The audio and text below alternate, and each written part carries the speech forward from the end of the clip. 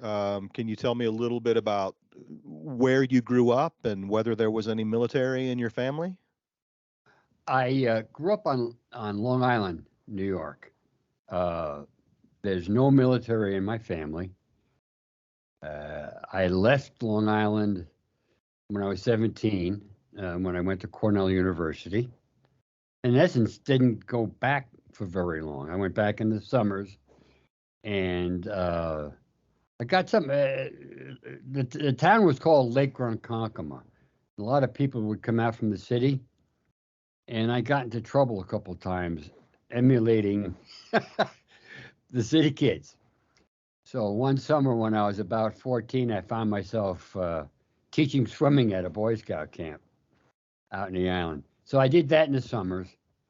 Uh, Graduated from Port Jefferson High School in 1957.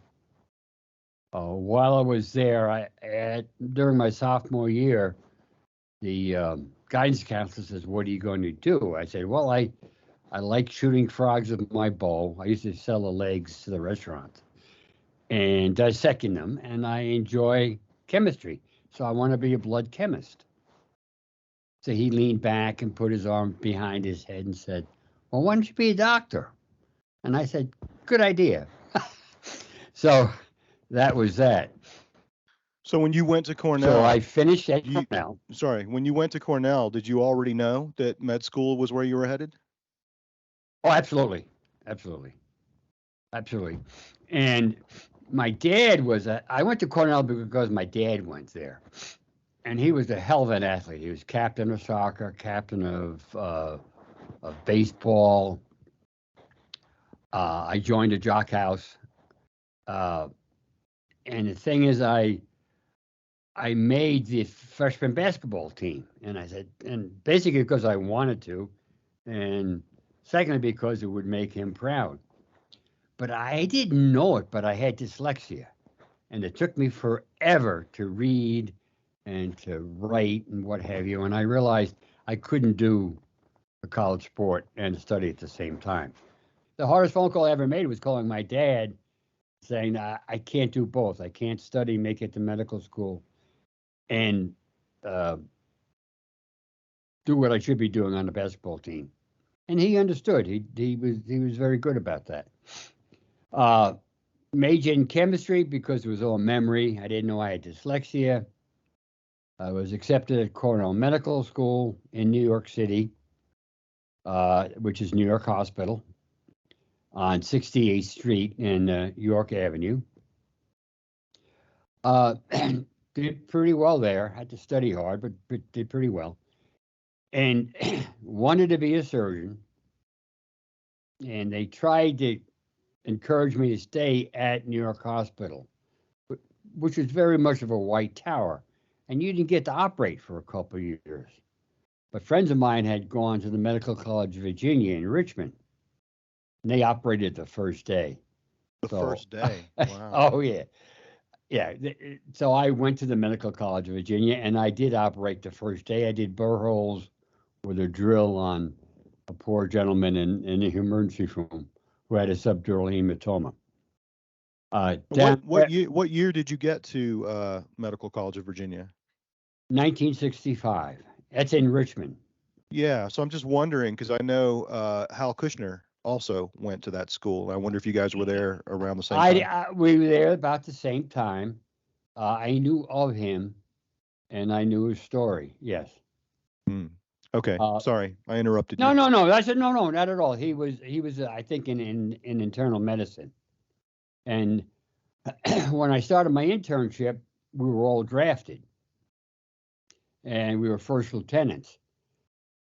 You either went to Vietnam right after your internship, or you were lucky enough to get a deferment so that you could finish your surgery training because they needed fully trained surgeons. So I said, simple math, 65, 70, Vietnam be all over with. Well, it wasn't. So after my residency, and I left my wife and my two children, my 4-year-old daughter and my 6-month-old son. And within a month of finishing my residency, we're at Fort Sam Houston, going through basic training, which was really a joke. And then by September 7th, I landed in Vietnam, and I was Of 19 September 7th of 1970. at 1970. Yes. Yeah. So when you say basic training was a joke, what do you mean? Well, they they taught us how to march. We all were doctors, dentists, and veterinarians and nurses. Okay, and And they taught us. soldiers. They they told us how to brush our teeth, and they told us about VD, and they taught us how to march. Uh, they showed us about the chain of command. They tried to teach us how to use a compass, which I knew how to do anyway. And we got bored, so we bribed one of the enlisted men to get some beer out to the point of where we're supposed to go to.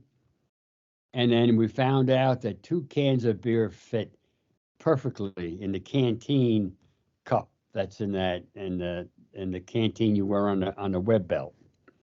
So by the time we got to where we were supposed to do, most of us got there, but we're a little bit inebriated. And they did. What are they going to do? They're going to send me to Vietnam? I said, I was going anyway, you know. Right. Right. And that's the attitude. That's sort of the attitude I took. It was a survival attitude. And actually, before I joined the service, my wife and I and my sister and her husband went to see the movie MASH with Donald Sutherland.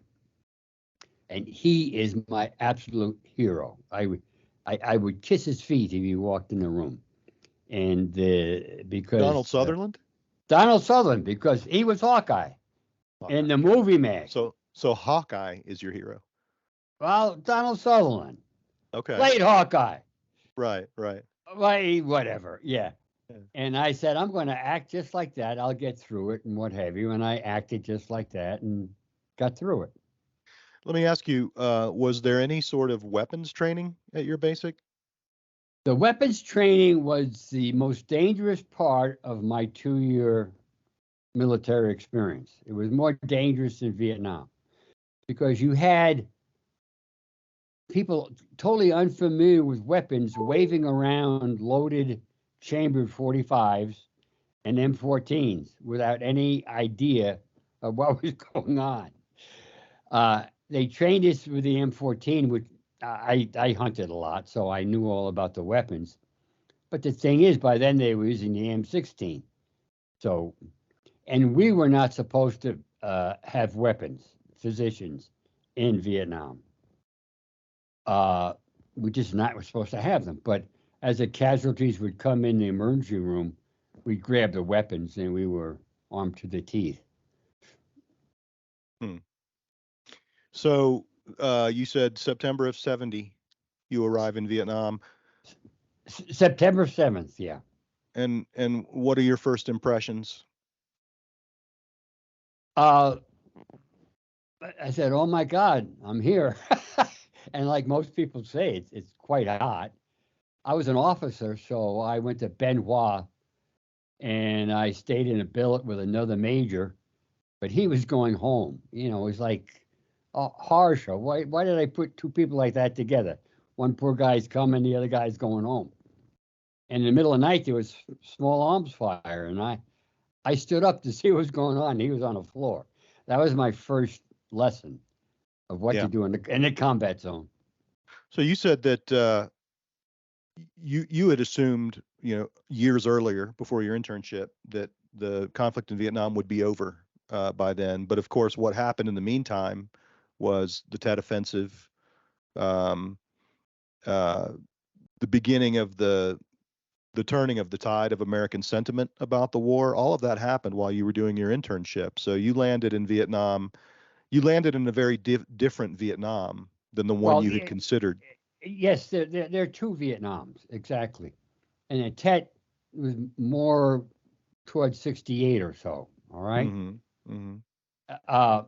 And what happened with Tet is that, in essence, because all the deception and lies and fabrications of our leaders came to light, excuse me, that it was decided we're going to get out of there. Okay. So who wanted to be the last to die in Vietnam? Basically. And uh, uh, the fabric of the army began to disintegrate. Leadership disintegrated. First lieutenants were fragged.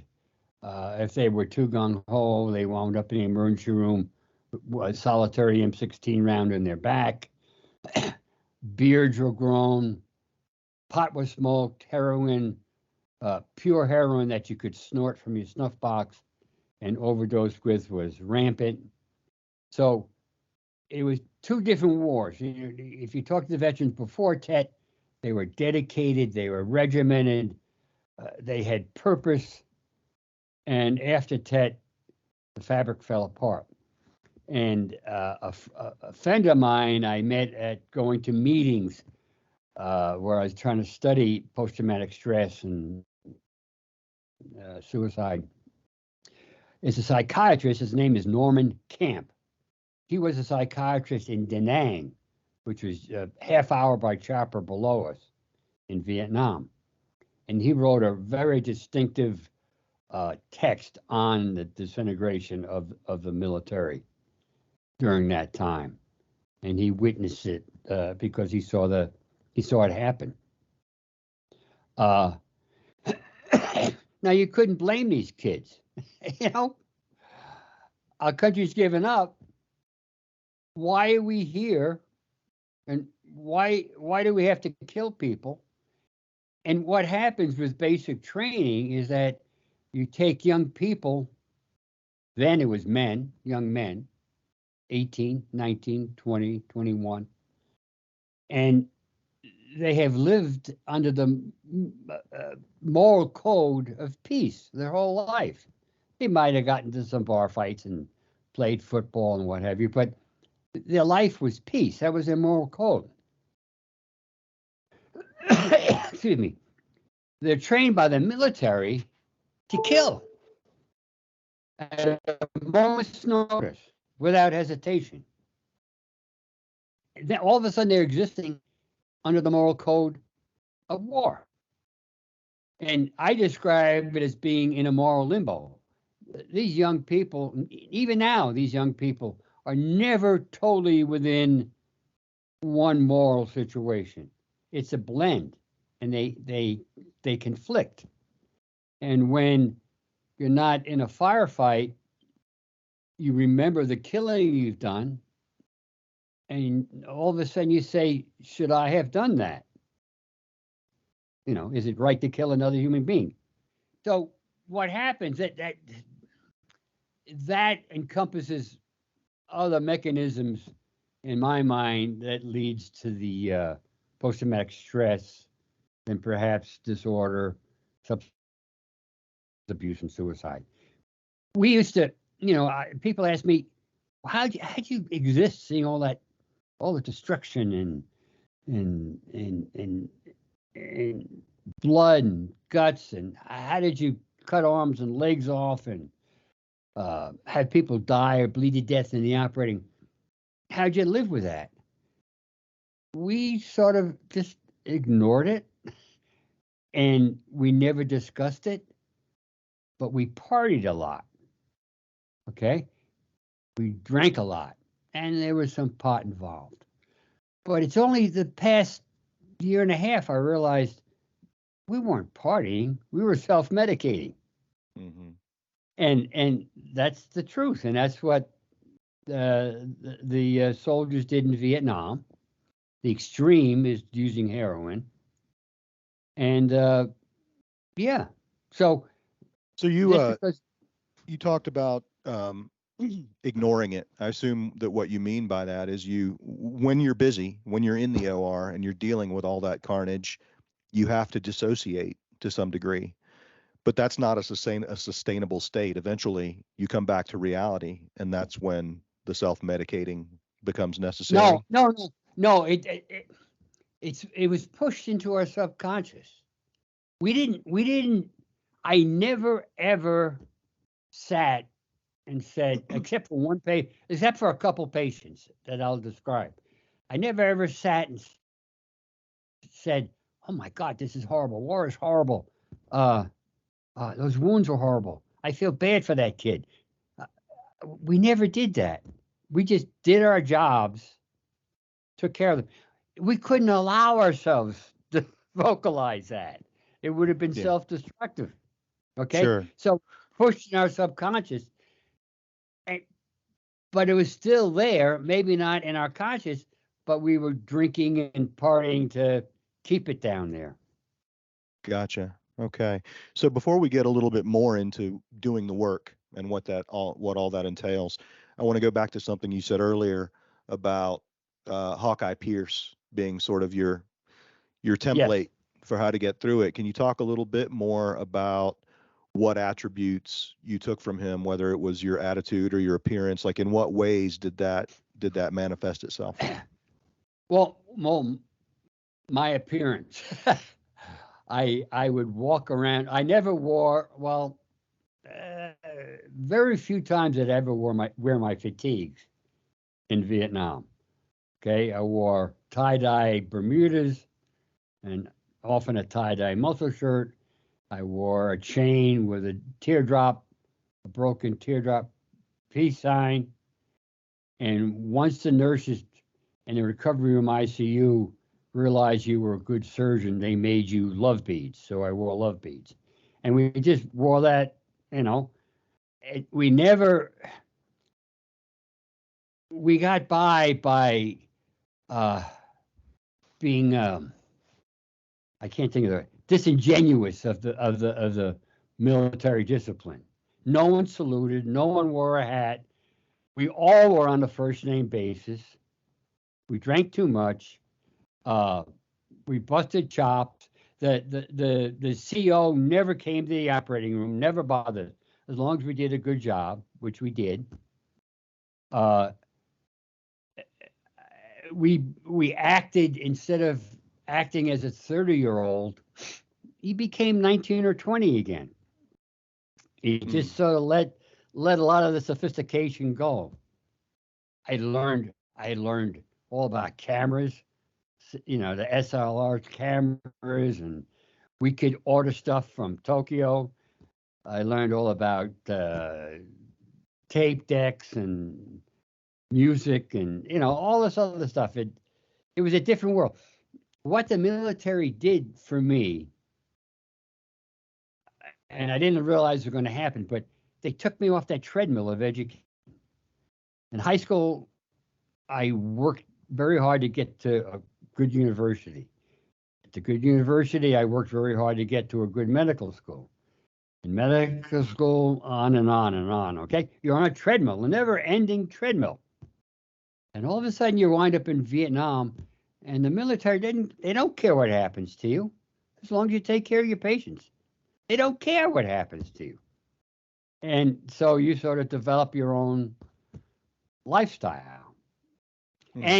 and you develop a love for the people you're working with. And my biggest lesson well, uh, I'm asked, well, didn't you learn a lot of surgery over there? No, I didn't. I knew the surgery before I got there. The big lesson was the difference between damage from a high velocity weapon that imparts between 4,000 and 6,000 horsepower of energy versus a weapon with a slower velocity, like a 38 or 22. It's a big difference there. But otherwise, probably 75% of my learning experience was social. Uh, Learning to appreciate the people I worked with, learning to get along with all these different personalities, learning that I'm not that important. Okay, especially I'm not that important because I could be dead tomorrow, right? And and and learning that I really depend on the people who are supporting me, like the medics who are scrubbing, the medics who are changing the linens. I learned the power of women, the the nurses, every nurse in Vietnam volunteered to go, every one of them. And they were all 21, 22. They finished their training, and within 6 months, they were in Vietnam. And you interviewed one of those nurses, Carol, and her husband, Mike. And Mike was an OJT anesthesiologist with us at the 85th. But they sort of assumed this role, not an official military role, but they assumed this role of having the authority of your mother. Like if you started acting out or being a jerk, they'd tell you, right? Or they'd say, they call you from the ICU and wouldn't say, maybe you should come over here. They say, get your ass over here, And they were our interns and residents. That was my biggest lesson, and to treat everybody in our social hierarchy the same, because they all deserve to be treated the same. Mm. Well, you paint an interesting picture, right? With the love beads, which I guess were sort of a good housekeeping seal of approval from the nursing staff. The Bermuda shorts, the stereos and the cameras and the drinking and the partying. But I mean, let's be honest, you did an awful lot of hard work while you were there. I wonder if you could. If you made it alive to our hospital, you had a 96% chance of survival. We were good. That's the 85th. That's the 85th evac hospital 85th in Fubai. Yeah, and and the survival rate across the country was excellent because all the surgeons were right out of their residency program. See, and back then, you were trained in everything. Nowadays, with the 80-hour work week, now there may be some criticism of my statement, but I believe this. With the 80-hour work week, are you familiar with that? There was in I believe it was New York Hospital, a young person died because of a mistake a resident made, and the young person came from a very powerful family, and all of a sudden, it was decreed that residents and interns could only work 80 hours a week because, we'd work whatever until the work was done.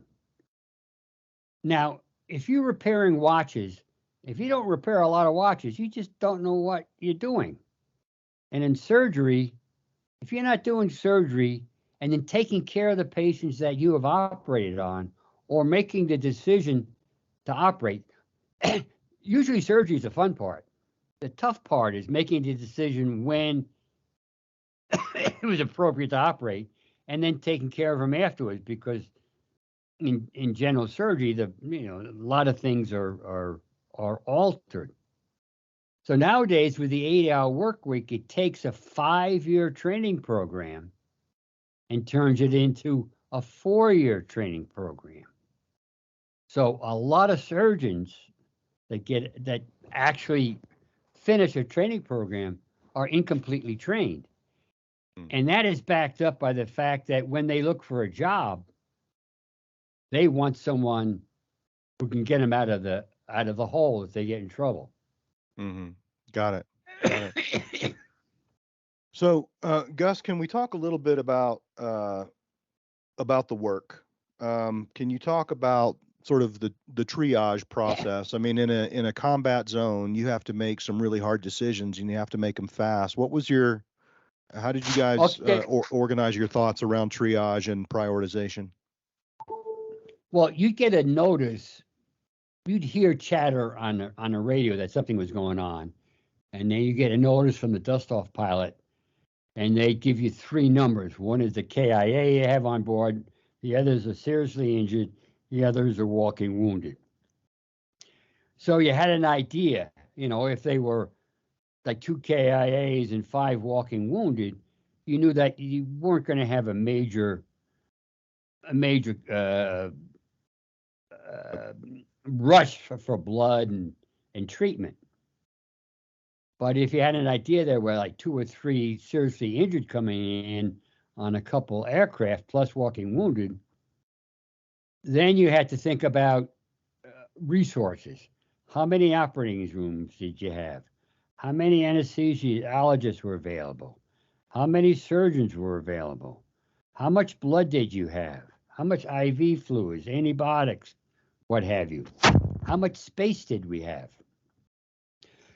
So before all this came to fruition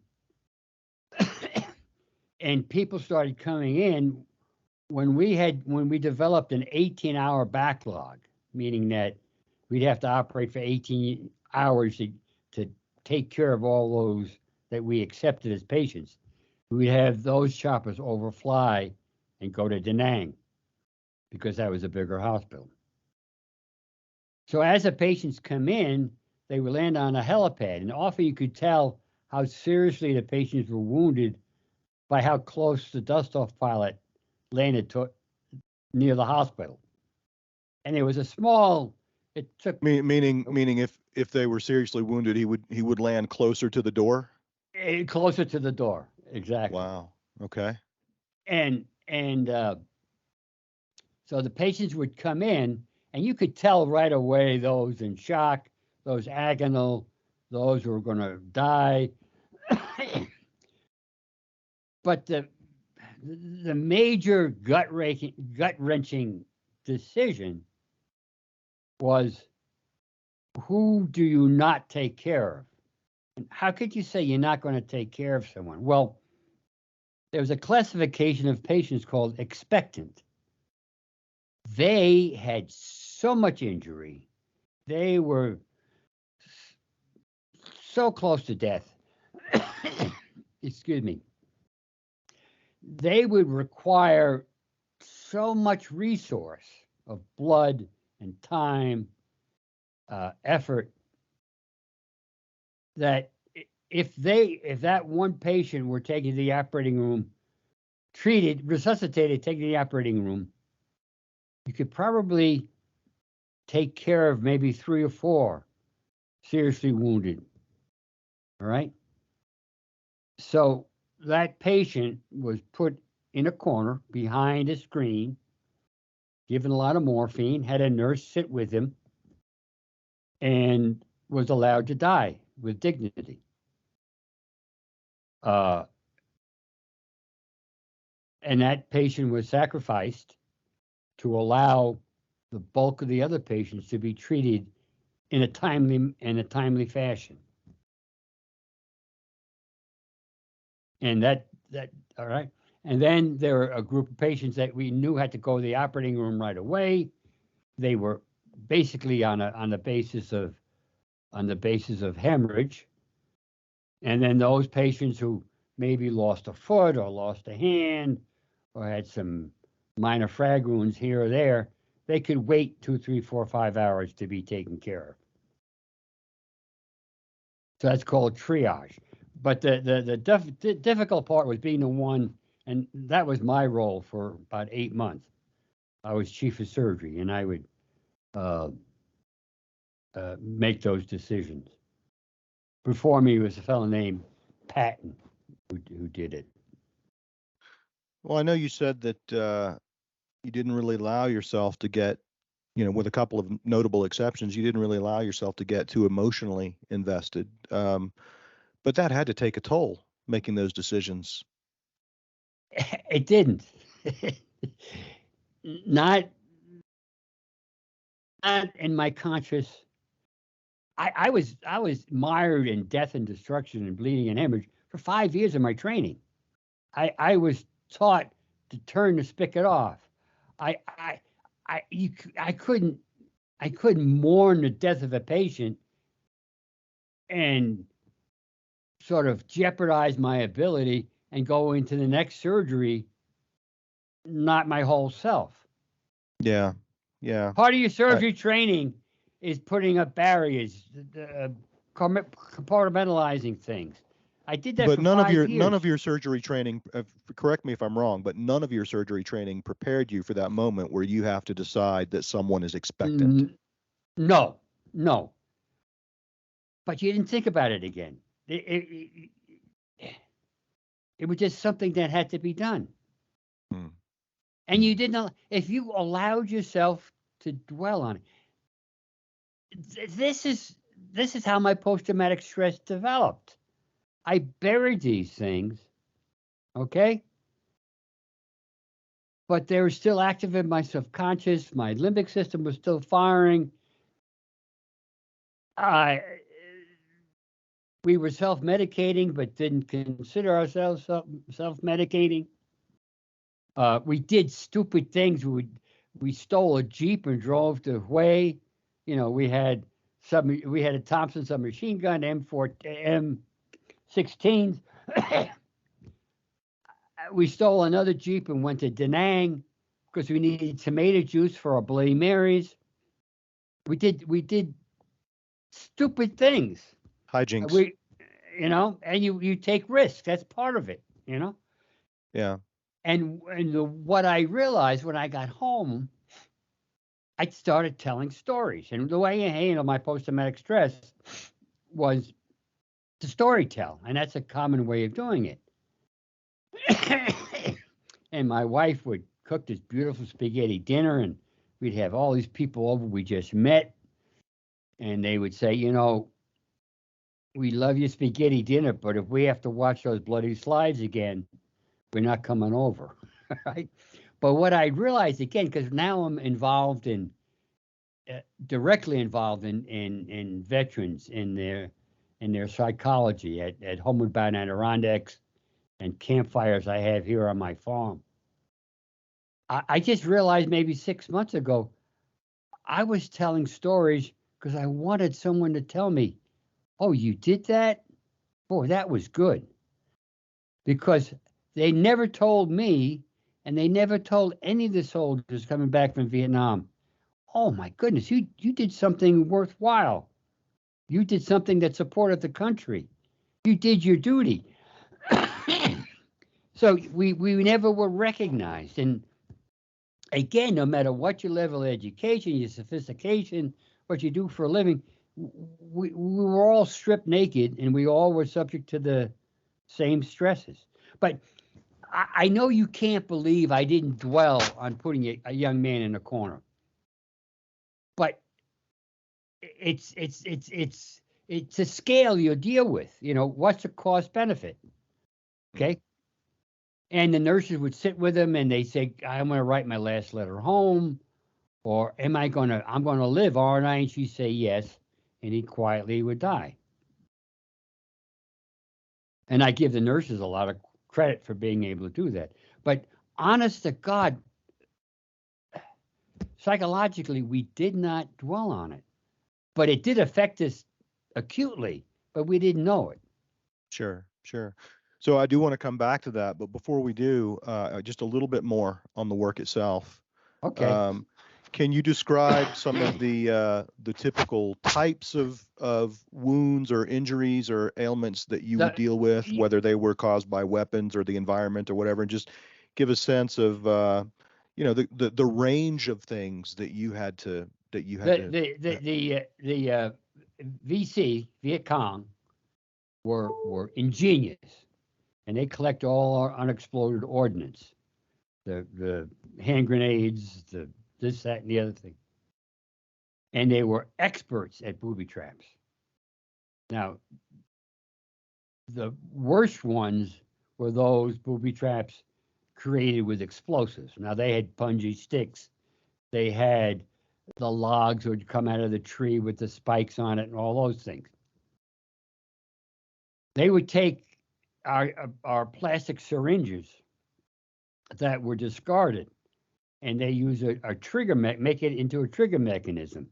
They run a copper wire up through the barrel of the syringe, and then put another copper wire on a plunger. When the two copper wires hit, the circuit would be completed and it would trigger an explosive. The majority of our injuries were booby trap injuries. The majority of injuries were blown off legs, blown off arms, mostly legs. I've got photographs where you can tell that the soldier stepped on a booby trap with a certain foot, and the other leg was coming forward because all the blast is in the front of that. But again, it sounds, oh, booby trap, that's not like being shot, but it is, because they are also high velocity wounds. And by definition, most people say high velocity is greater than 2,600 feet per second, the missile traveling, wherein a shock wave is developed. And there's a shock wave.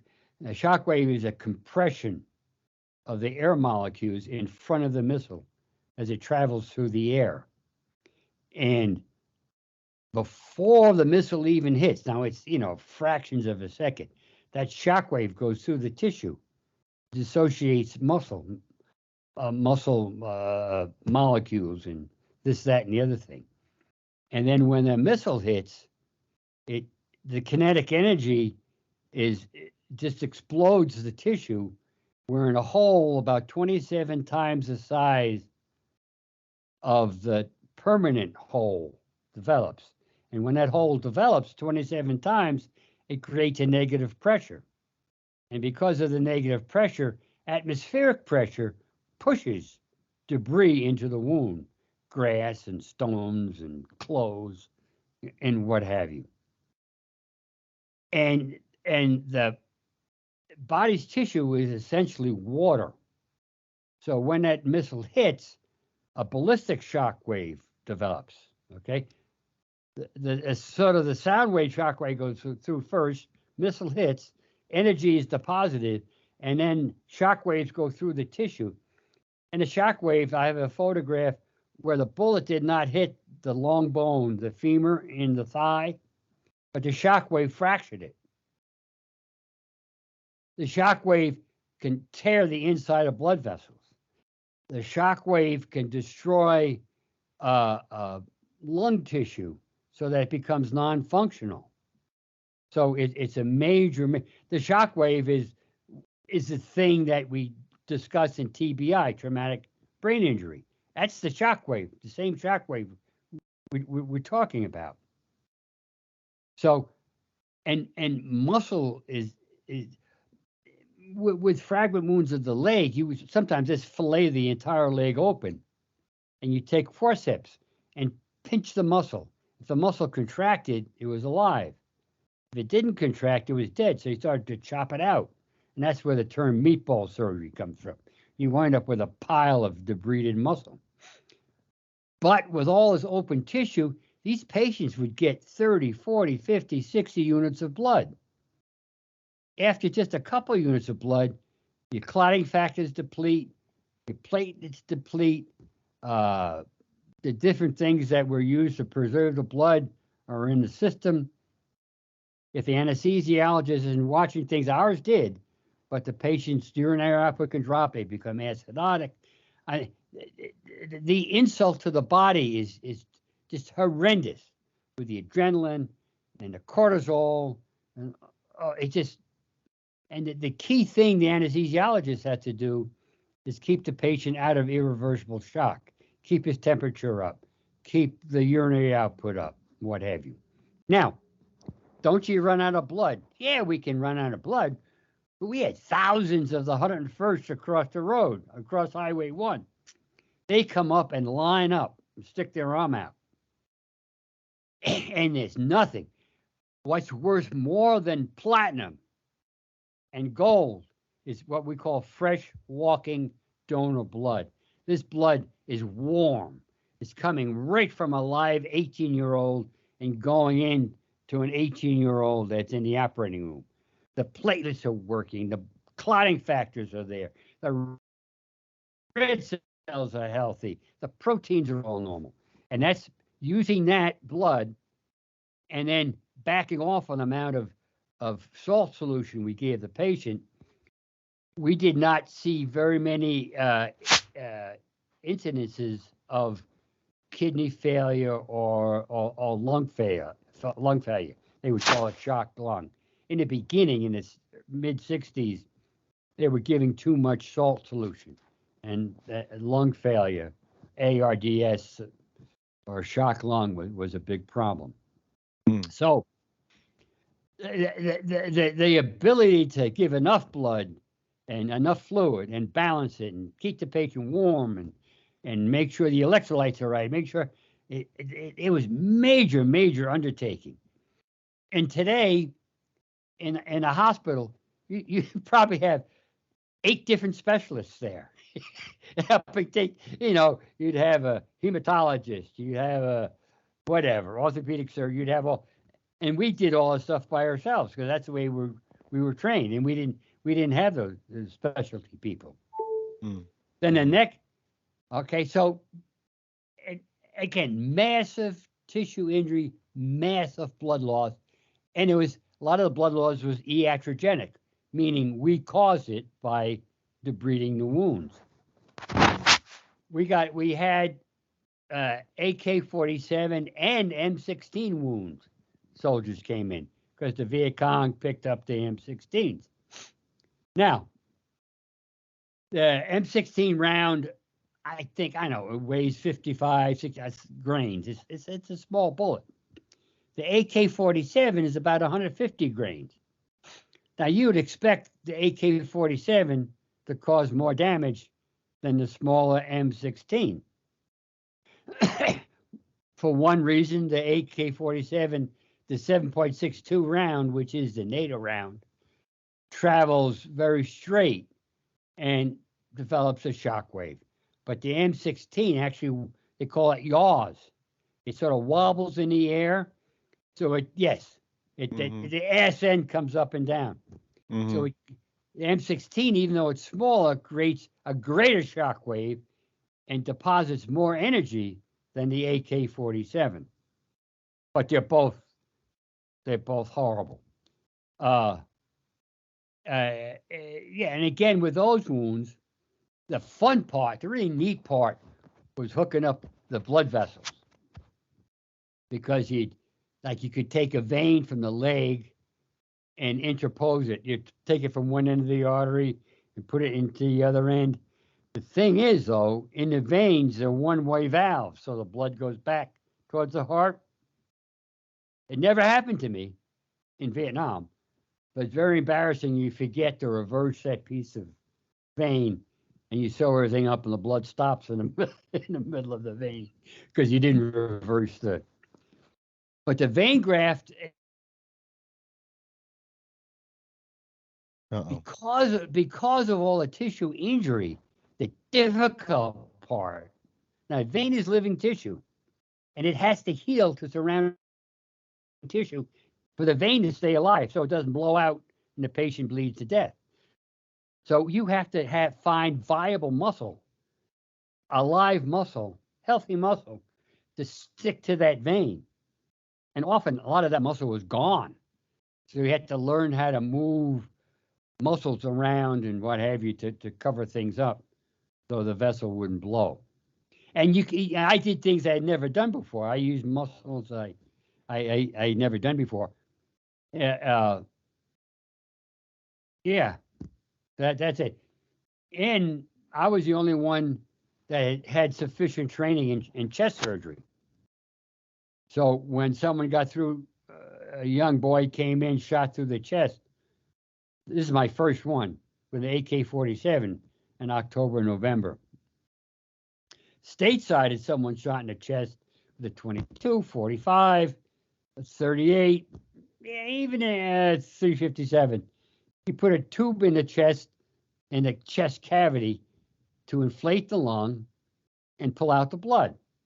And you wait, and the bleeding stops, the lungs stay, you're all set. Well, that's what I did to this kid. I put the chest tube in and put him in the ICU. And about an hour and a half later, the nurses called. And I told you, the nurses were our mothers, right? And they said, Gus, you better get over here. This kid is pouring blood out and pouring air out. I learned very quickly that the high velocity weapons through the chest are handled in a different way. You take them right to the operating room. So I told them, get the operating room set up, get blood and what have you. And I ran to my hooch quickly and got out my anatomy book and reviewed the anatomy of the right upper lung. and then went in and I resected his right upper lung, and he did. But that's one of the patients I talked about. Yeah, because I was proud of that. That was good. Yeah, I remember reading about that in the book. Now, can you talk a little bit about, well, first of all, did you ever work on Vietnamese patients, either South Vietnamese or enemy communist Vietnamese? And if so, how did you approach those situations?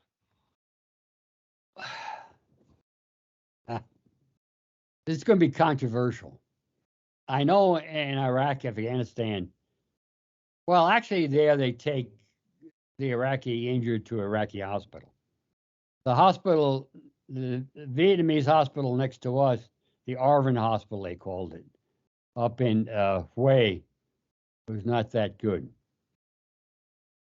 Vietnamese did not have a blood bank. Uh,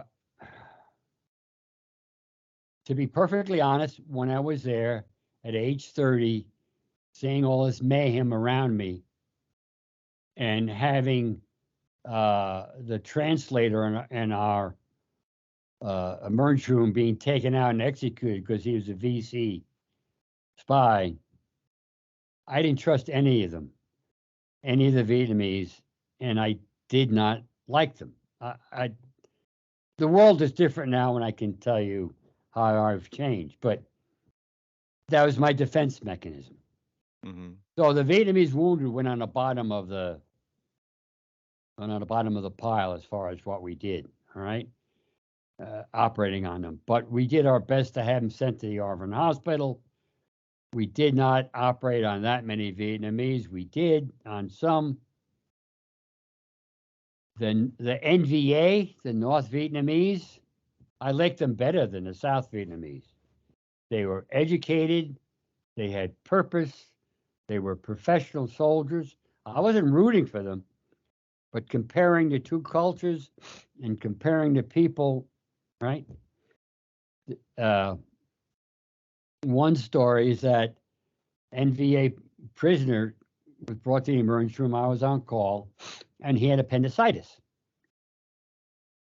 So we set up the operating room, and we're rolling him down, and I can see he had no idea what we were going to do to him.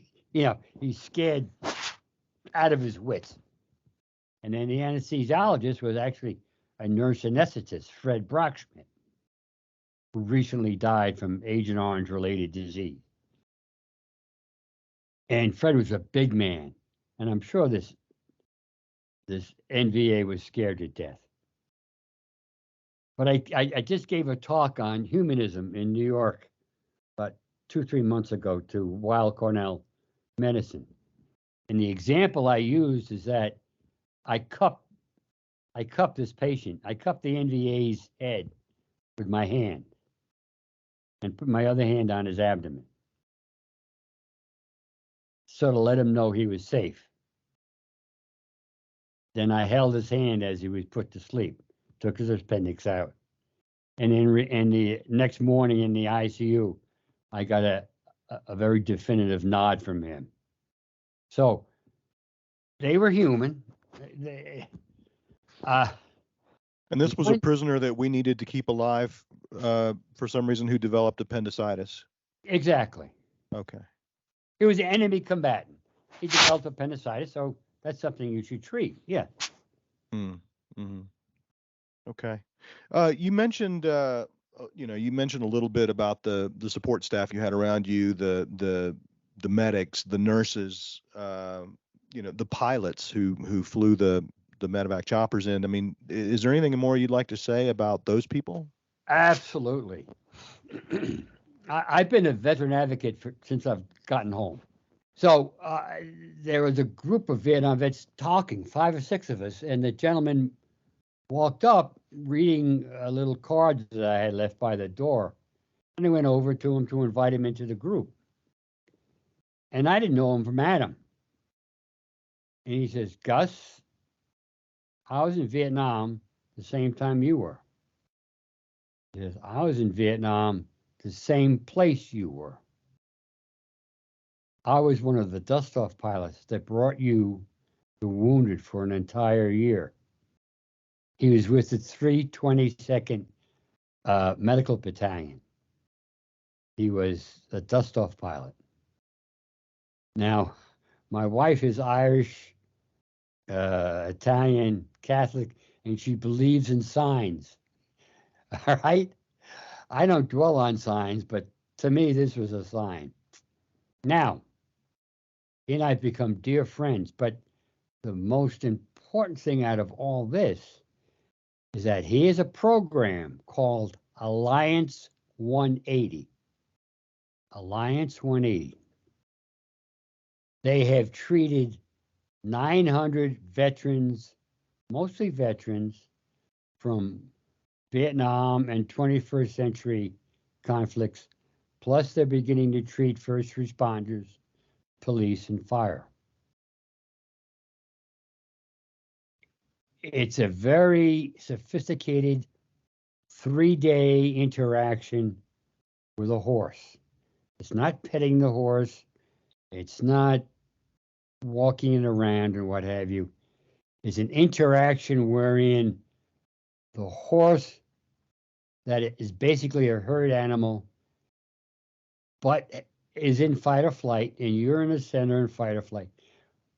Both the horse and you develop a trust for each other, and the horse will walk from the periphery of a 50-foot diameter ring up to you and nuzzle you.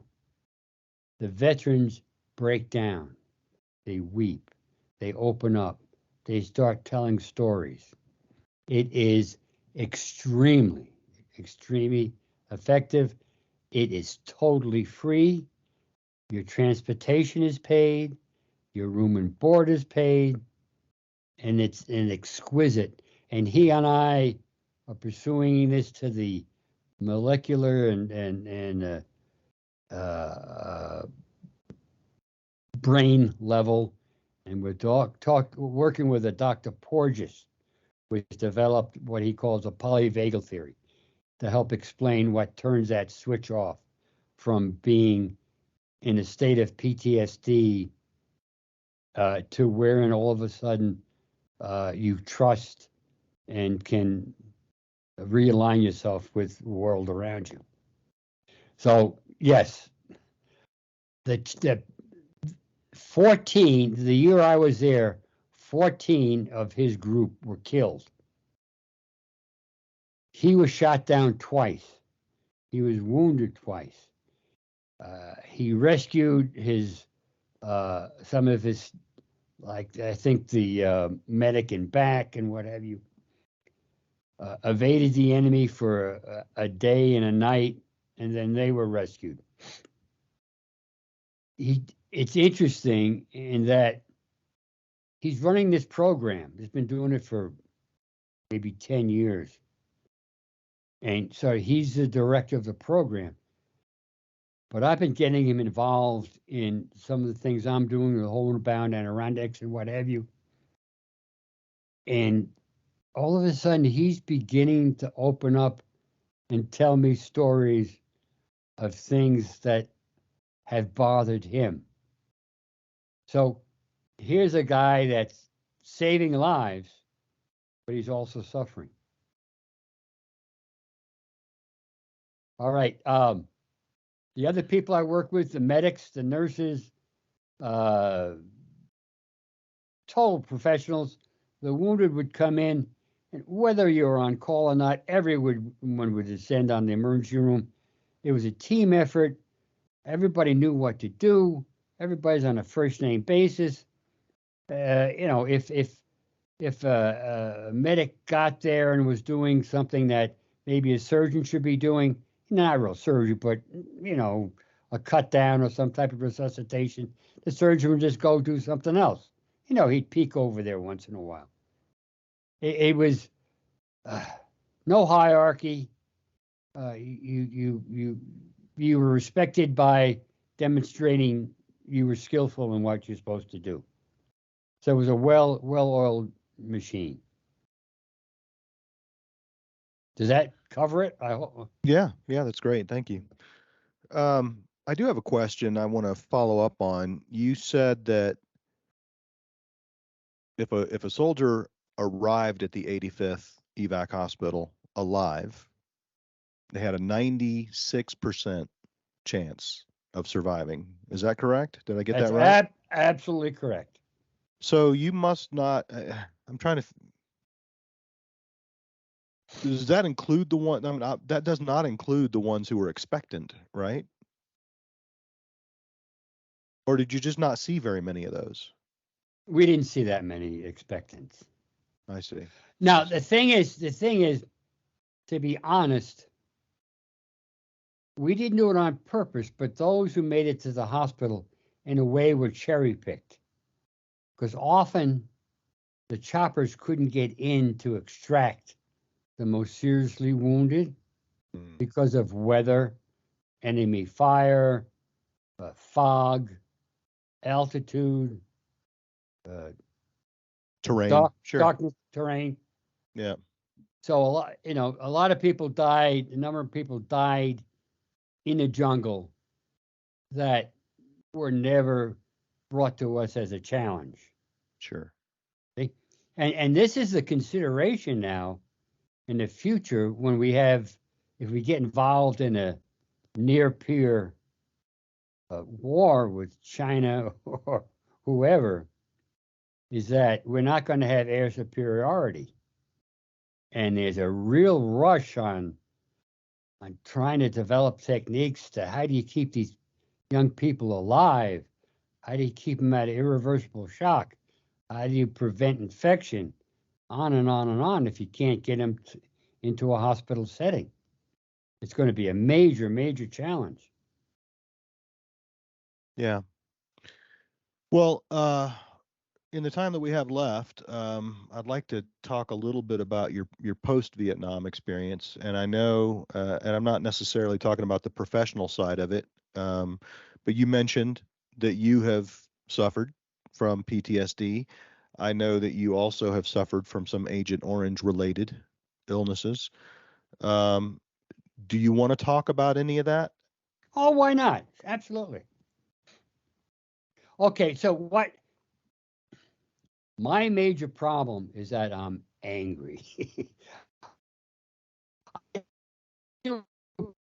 People look at me, I'm happy, like, everyone, I'm angry, not because I had to go to Vietnam. I'm proud of that. I did it not probably. It's the most influential year of my life. It made me a better person. But I'm angry at the slaughter, at the lies, the fabrication. You read Dereliction of Duty, you read Vietnam, the tragic whatever, and written by two different authors, but the message is the same. Kennedy loved toys. That's why we had our Agent Orange sprayed all over us. The and the government knew, the chemists knew that it caused debilitating disease, and in their pronounce it for naivete, in their naivete, they said, well, we're just going to spray it on the enemy. And if it gets sprayed on our troops, our government will take care of them. Okay? Agent Orange actually was about 4 or 5 different colors.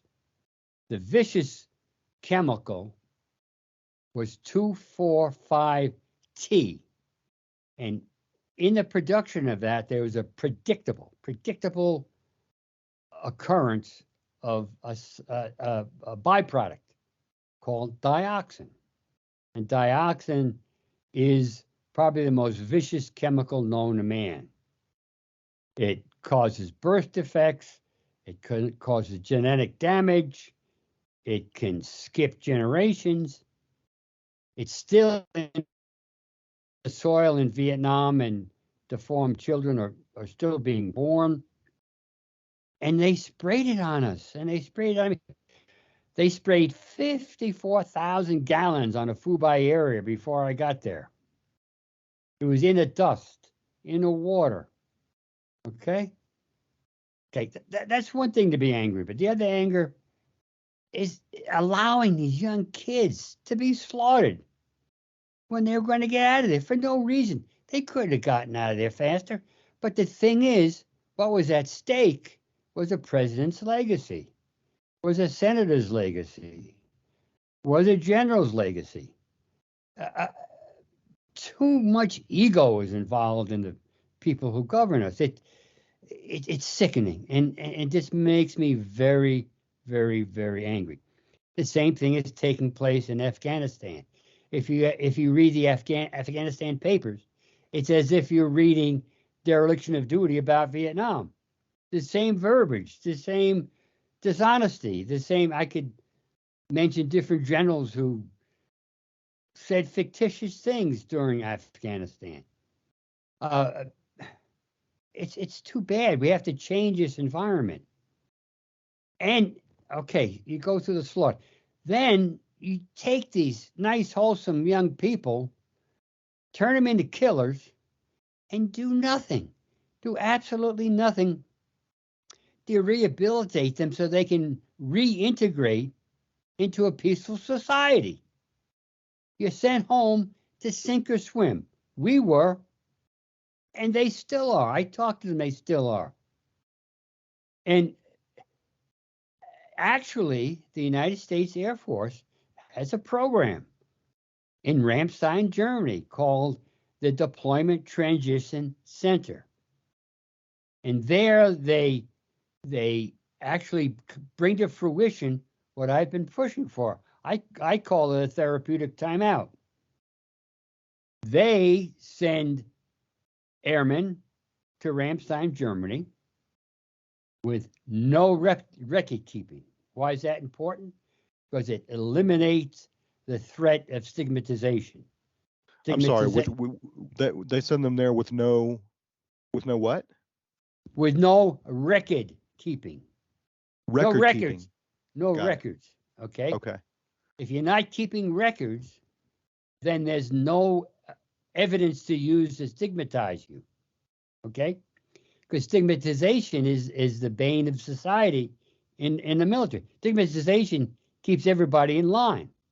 Okay? So they can drink what they want, they wander around, they get into groups, they begin to trust, they begin to admit what they saw and did. They realize I'm not crazy. They're reacting the same way I reacted. And it goes on for a while.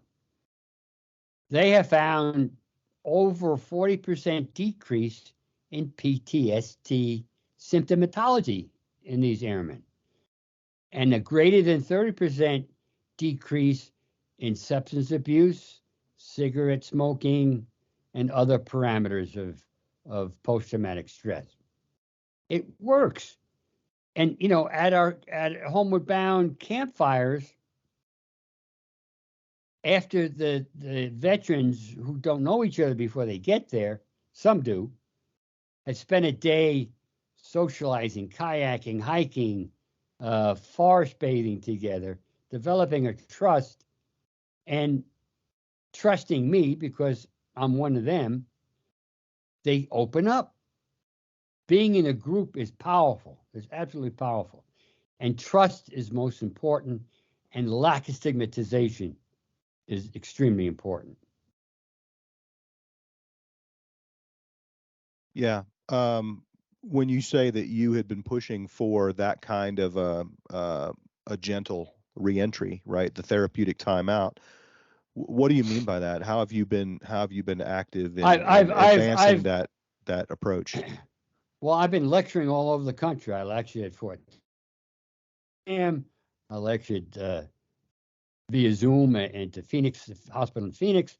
I go to Boston and lecture to a group, Avid Davidson group there.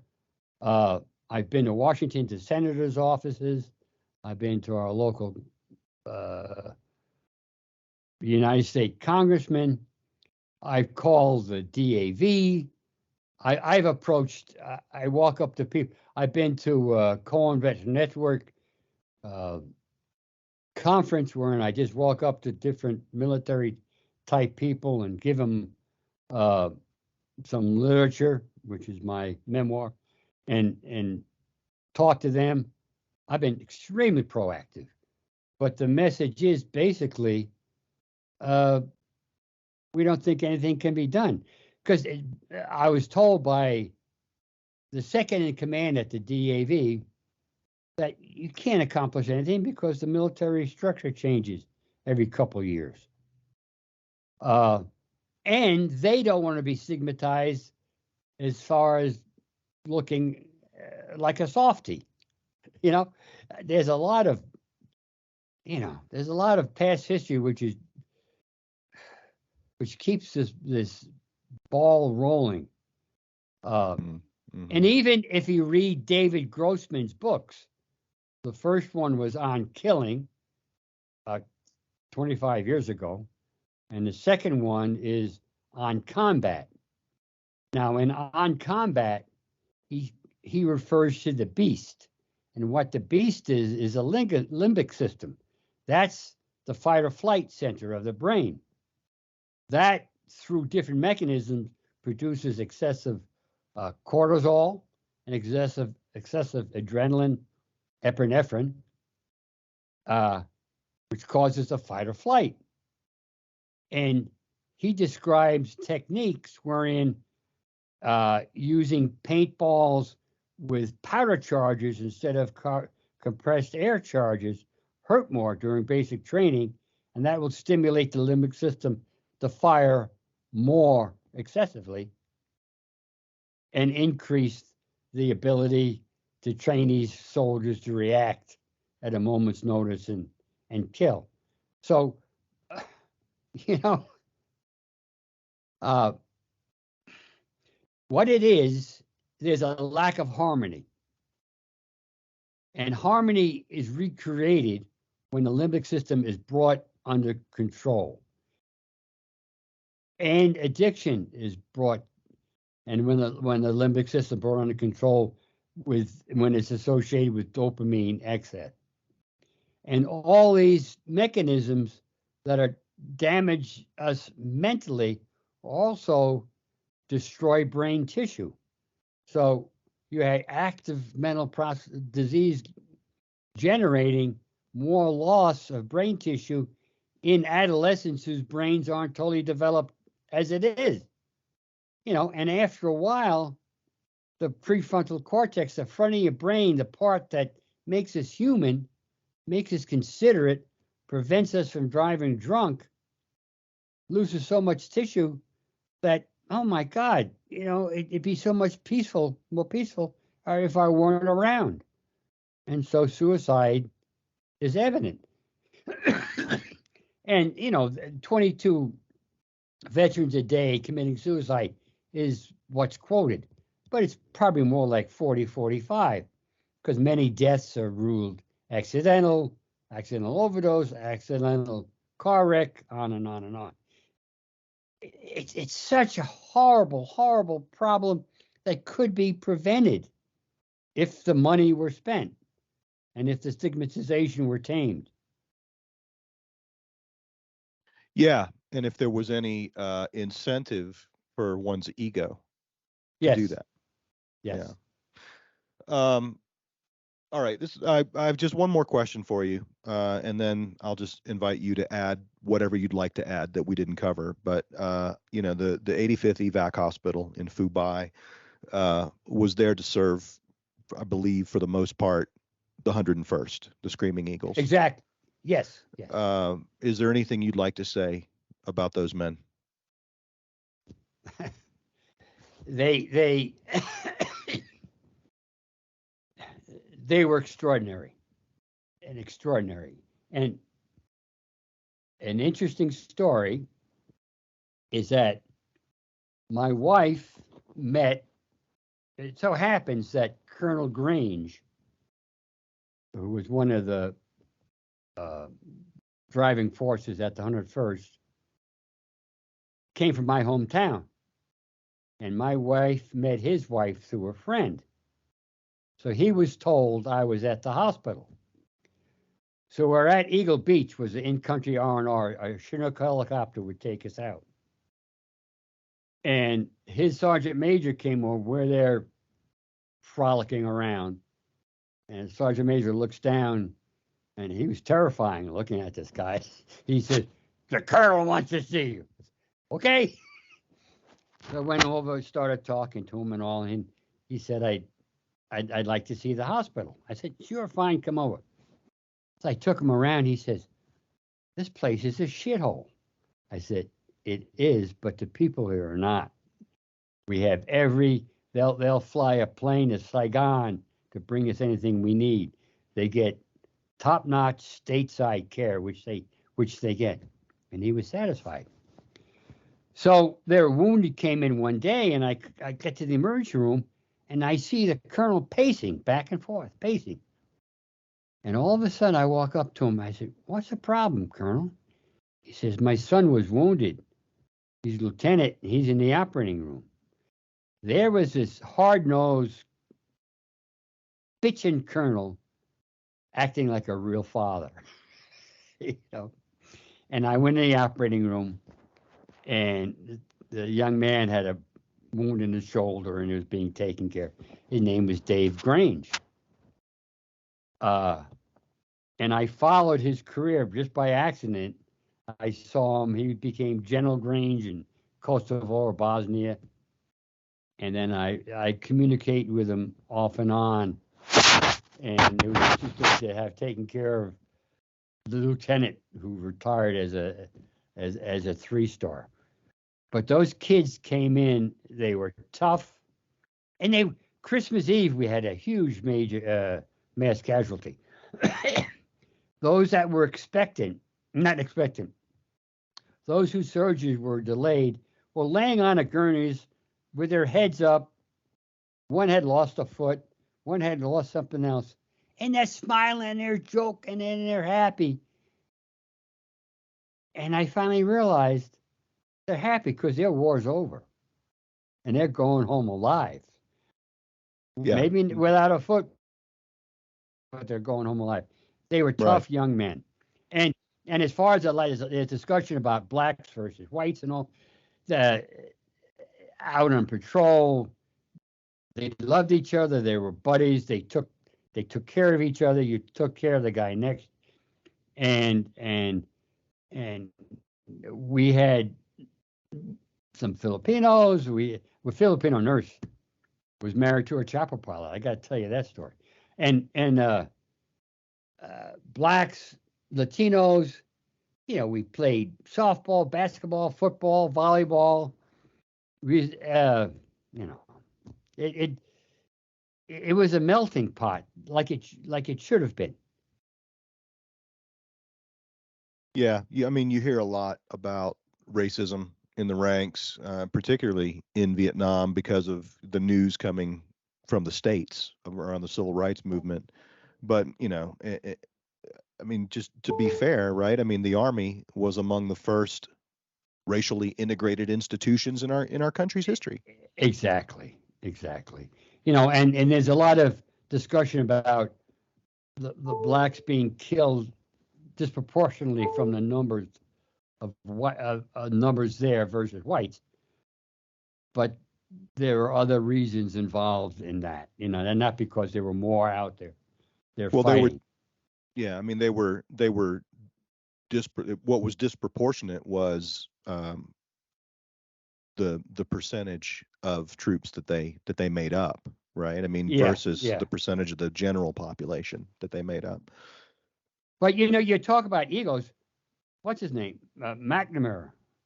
McNamara's 100,000.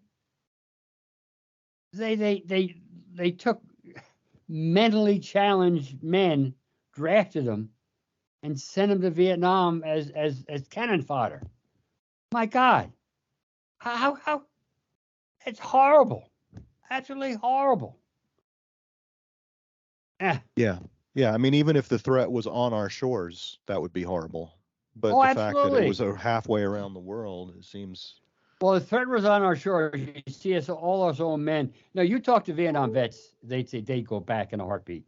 In fact, we called when Desert Storm was evolving, we called each other and said, we should volunteer to go and teach them how to take care of this type of wound, because and all our wives said to us, well, you go. I won't be here when you get back.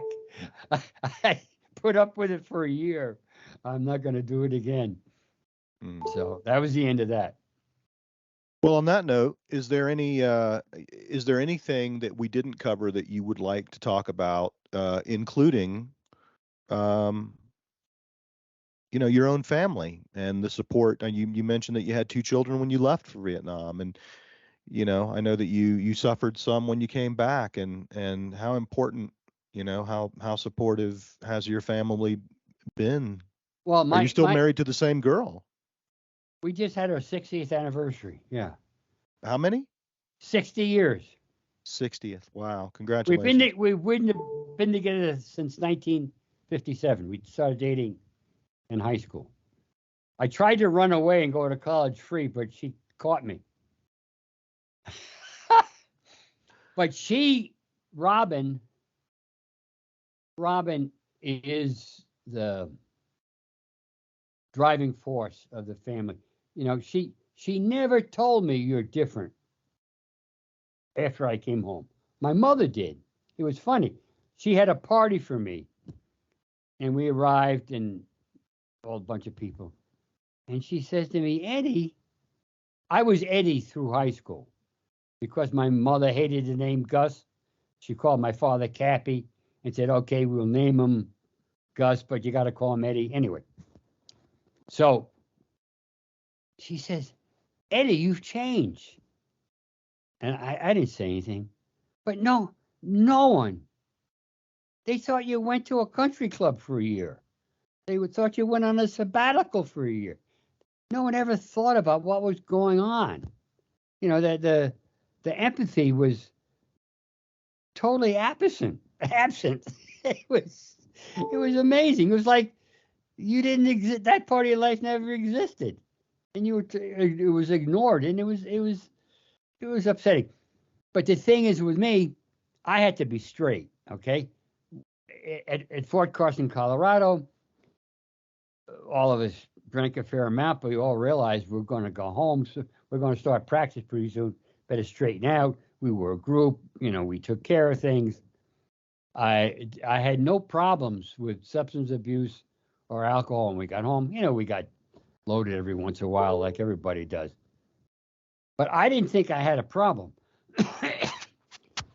But speaking to Robin recently, when she hears me talking to some of these veterans on the phone, she says, oh my God, you were something at times, So it did change, but a lot of times you don't realize you've changed. Everybody around you changes, but you didn't change. But I never, I had to keep myself straight, and I never, Vietnam never made me suffer as I suffer more from it than I did in my younger years. Now that I've had time to think about it and empathize with the younger veterans and other Vietnam veterans. Now, you talked about cases, the worst case. My worst case was when the VC laid the booby traps. They would often stay around and detonate it themselves. So what they usually would do is blow up the middle of the column, not the point, not the end, but the middle, for psychological reasons. Well, this group is going through the woods, and this kid gets blown up with an anti-tank mine. And he comes to the emergency room, all by himself, one person. His pelvis is split open. His genitalia are gone. His anus is gone. His thighs are gone, maybe 8 inches below the hip. but he was alive. He was oriented. He says, I want you to take care of me. He was not in shock. It was amazing. He was not expectant. If you were to put him, all right, so in a corner, it would take him 4 or 5 days to die a horrible death.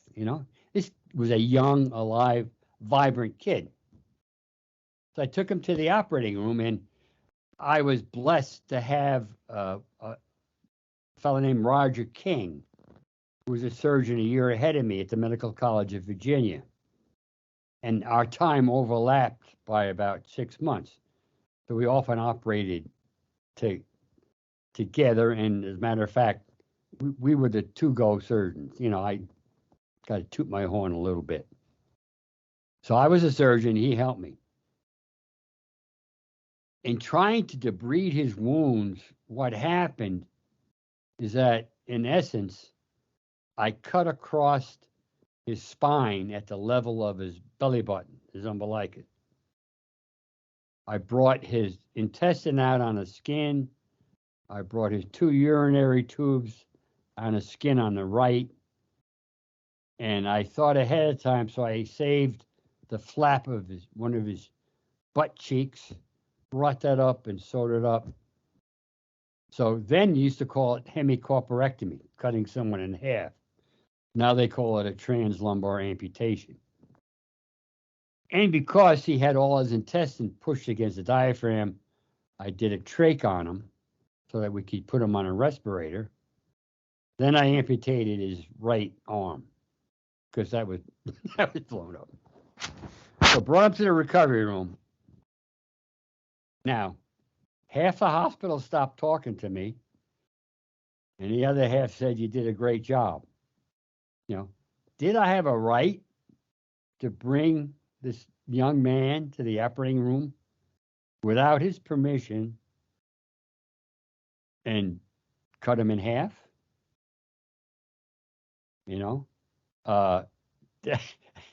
Was it the right thing to do? To me, it was the right thing to do. He was alive. He was vibrant.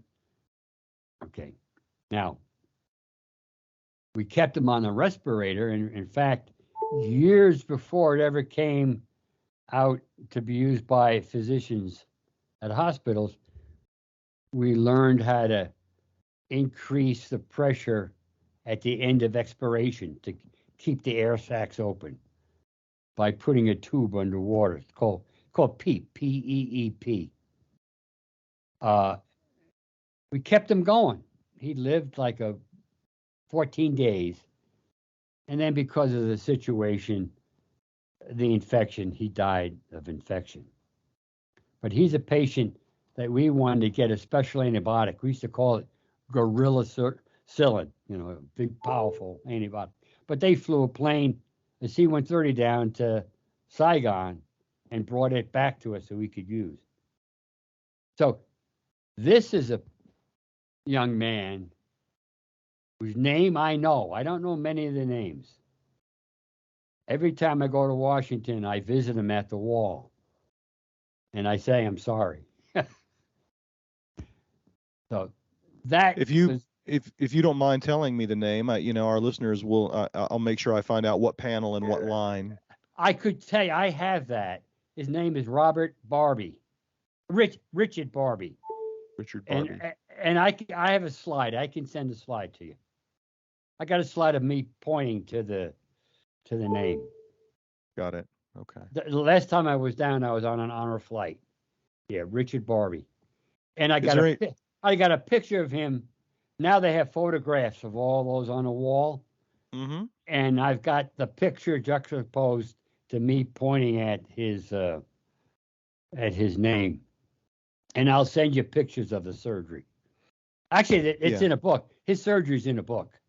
Yeah. I mean, I have the Kindle version, but the pictures are still in there. It's just they're in black and white. But is there anybody else, Gus, when you go to the wall? Is there anybody else in particular you look for? No. Just Richard Barbie. Okay. No, just Richard. That's really the only name I know. Now, about 4 days before I was supposed to go home, I got medevac because I got drunk out of my mind, fell off a bunker and fractured my elbow. Got medevac.